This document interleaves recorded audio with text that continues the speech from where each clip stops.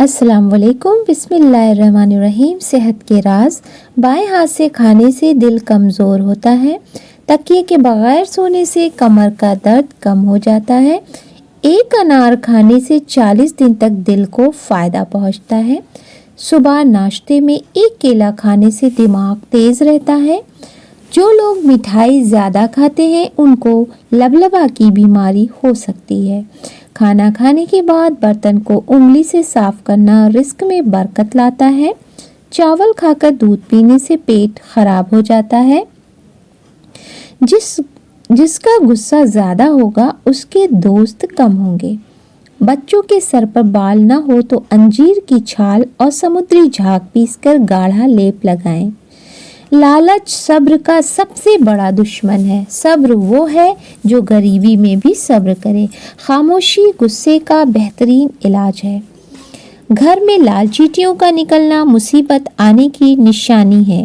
گھر میں مرغیوں کا انڈوں پر بیٹھنا رزق میں کشادگی کی علامت ہے۔ پورا ننگا ہو کر کپڑے بدلنے سے گھر میں بے برکتی آتی ہے۔ کھانا کھانے کے بعد فوراً پیاس کا نہ لگنا اچھی صحت کی علامت ہے۔ گھر پر حسرات کا زیادہ ہو جانا گھر میں آفتیں آنے کی علامت ہے۔ بدن میں سوئیاں چبھنا جادو کی علامت ہے۔ گھر میں لڑائی جھگڑا ہو تو گھر میں مور پنکھ کو لٹکا دو، جھگڑا تھم جائے گا۔ یہ ایک ٹوٹکا ہے۔ کانوں کو موڑنے سے دماغ تیز ہوتا ہے۔ جس گھر میں پودوں کو پانی نہیں ملتا اس گھر میں رزق کم ہو جاتا ہے۔ گھر میں ایک ساتھ کوے آ جائیں تو گھر میں غم آنے کی نشانی ہے۔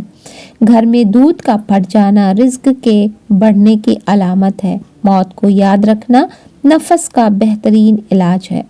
وقت گزر جانے پر افسوس بے نتیجہ ہے۔ موت ایک بے خبر ساتھی ہوتی ہے۔ جوان دل کی حقیقی آنکھیں ہیں۔ آدمی کی قابلیت زبان کے نیچے ہے۔ مصیبت کی جڑ انسان کی گفتگو ہے۔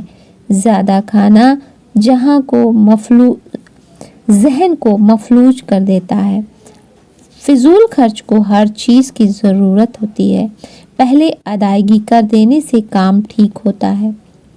جو دولت آپ کے پاس ہے وہی الادین کا چراغ ہے۔ اچھے کام کیا کرو، کبھی غریب نہیں ہوں گے۔ خوش نصیب اگر بیوقوف بھی ہو تو عقل مند ہے۔ زیادہ دولت شعور کو بڑھنے نہیں دیتی۔ دولت مند نہیں جان سکتا کہ اس کا دوست کون ہے۔ دولت انسان کی آزمائش ہوتی ہے۔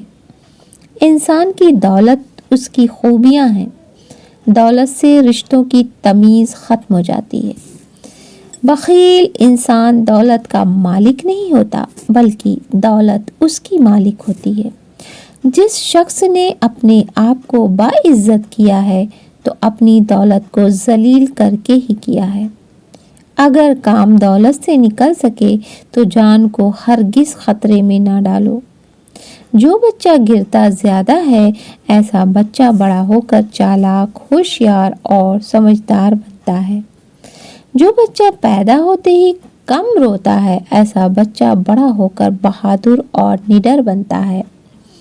بچہ اپنی دائیں آنکھ بند کر کے رو رہا ہے تو سمجھ جاؤ اس کو قبض کی شدید شکایت ہے۔ بچہ اپنے پاؤں کے انگوٹھے کو چوس رہا ہے تو سمجھ جاؤ اس کا موڈ بہت اچھا ہے۔